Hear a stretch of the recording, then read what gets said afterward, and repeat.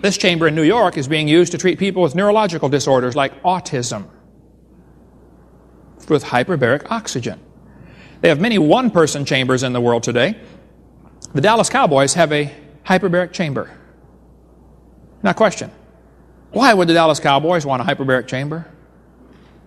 Well, they've discovered their injured players will heal twice as fast. And if you're paying the guy $1,000 a minute to go play with a ball, you want him out there playing with the ball, not sitting on the sideline, right? I think the whole world probably had hyperbaric conditions before the flood came. You can get your own hyperbaric sleeping bag if you want. Michael Jackson has one. He says it's going to make him live forever. Well, that's just what we need, you know. Here's my son, Kenandu, back there on the camera, and his wife and I at an oxygen bar in Alaska. You go in to eat lunch and you pay $5 and you breathe pure oxygen while you're eating. After about 15 minutes of breathing pure oxygen, now it's not under pressure, but still, you're breathing pure oxygen. You walk away saying, wow, let's get back to work. Let's go shop some more, you know, which is probably the hidden agenda. A friend of mine in Oregon has his own hyperbaric chamber. It cost $250,000. He let me go in it for 6 times. They call it a dive. You sit in there, they close the door, and they pressurize it. I got up to triple atmospheric pressure. After about an hour in there, all your plasma is saturated with oxygen.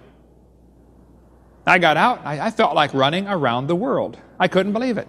Felt like I was 19 years old again. Like, man, let's go jog someplace. It's incredible, the energy level. Dr. Ki Mori in Tokyo, Keio University in Tokyo, started raising a tomato plant under pressurized carbon dioxide, so I've heard, and filtered sunlight. He blocked out the UV light. His tomato plant grew a little faster than normal, and it kept growing and growing and growing, and they said, wow, this thing's getting bigger. After 2 years, it had produced 900 tomatoes and was 16 feet tall. They moved it to a shopping center, built scaffolding to hold up the branches, and it kept growing and growing. They took it to Expo 85 and said, this plant might produce 10,000 tomatoes. It ended up growing 40 feet tall, producing 15,000 tomatoes in its lifetime. One tomato plant. That's a tomato tree. Now, this was a cherry tomato plant. You know, the little cherry tomatoes you put on your salad. But his tomatoes were coming off baseball size. Can you imagine if the whole world had hyperbaric conditions like that before the flood came? The plants would grow like crazy. You would need the dinosaurs just to mow the grass. There's a guy in Iowa got curious, why do the birds start chirping an hour before sunrise? He found out the chirping of the birds is a frequency that helps open up the plant cell stomata on the bottom of the leaf, and it lets the plant start breathing in the morning. That's the alarm clock. It wakes the plant up. He found out that frequency is found in music, classical music, quite a bit. So he started playing classical music to his cornfield. His neighbors thought, un poquito loco a la cabeza, he's a couple fries short of a Happy Meal, but until his corn grew 15 feet tall. And he said, what channel was that you're playing? When he played the music to his squash plants, they produced 5 squash per leaf instead of 1. He played it to his black walnut tree, and it grew twice as fast as normal. Called sonic bloom. It's a combination of vitamins for the plant and special frequencies to open up the stomata. I debated Jeannie Scott. She's the president of the National Center for Science Education. The National Center, big name. They got 4 or 5 people there, a little bitty storefront building, but they're the National Center in Berkeley, California.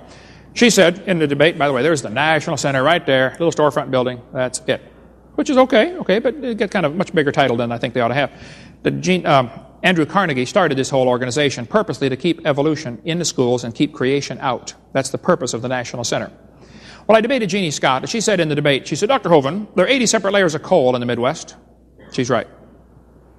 She said, if you look at the amount of coal in the world, the entire biomass, that means all the plants of the world today, could not possibly be converted to that much fossil fuel. She's right. In other words, there's so much coal in the ground, if you took every tree and bush and blade of grass on the surface of the earth, you couldn't squish it and make all that coal. I said, Jeannie, you were right. She said, don't you see, there had to have been an enormous amount of time involved in laying down the coal seams. Oh, now right there she's wrong. You see, she's looking at today's world, which is 70% underwater, and thinking that's how the coal got there. Well, if the pre-flood world was mostly land and loads of plants, the flood would form all that coal in 1 year. But she's guilty of looking at today's world and trying to interpret the past, just like 2 Peter warned us was going to happen. In Montana and Wyoming, there's a coal mine that is 10,000 square miles of coal up to 200 feet thick. That would take a lot of trees. And sometimes in coal, human artifacts are found. This bell was found inside a lump of coal. The sole of a shoe was found inside a piece of coal. The stitching was so clear you could see the twist in the threads. This iron pot was found inside a lump of coal. Your kids are going to be told coal formed millions of years ago. No, coal formed in the flood. The Bible says there were green herbs over all the earth. Genesis 1:29. I think there were plants from pole to pole. You know, when they went down to Antarctica, they discovered frozen leaves. There are no trees in Antarctica, and yet thousands of leaves are found deposited there, 250 miles from the South Pole. Today, the Earth is 70% underwater. Only 3% of planet Earth is habitable for mankind. The rest is underwater, deserts, ice caps, or just plain cold like it is up here in Wisconsin. 3% habitable for mankind. The Bible says God formed it to be inhabited. That's why He did it. I think the pre-flood world was loaded with trees from pole to pole. We cover lots more on that on video number 6. A layer of water above the atmosphere would block out the harmful rays of the sun. See, the sun puts off a lot of stuff besides light. It puts off gamma rays and X-rays and beta rays, and all them ray boys come down here, and they're kind of hard on your carcass. X-rays, particularly, are dangerous. How many have ever had an X-ray before? I broke 9 bones growing up. You go to the hospital, and they say, take off all your clothes and put this little gown on. They give you that little tiny gown that doesn't quite come together in the back, you know, it's kind of embarrassing. And they say, now walk down the hall about 12 miles. And on the left, you'll see the X-ray room. Well, if you make it all that way, they'll say, oh, we're so glad you made it. Would you please lay on this table? And they just got the table out of the freezer a few minutes before you got there. How many been on that same table? You know which one I'm talking about. It's ice cold. And he puts this weird machine on top of you and says, okay, now take a deep breath. Hold it. And then he runs out in the hall. He says, hey, Doc, come here. Is this machine dangerous? He says, oh, no, it's harmless. He says, how's it work, Doc? He says, well, when I mash the button, X-ray bullets come out of that machine, and they're going to blow right through your carcass like a machine gun, and we're going to blow you full of holes. They're tiny, though. You won't feel a thing.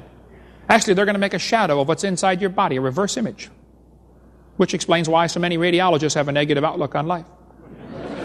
We're going to blow you full of holes. And you say, well, Doc, if this is so harmless, how come you run out in the hall? Well, he knows long-term exposure to X-rays is dangerous.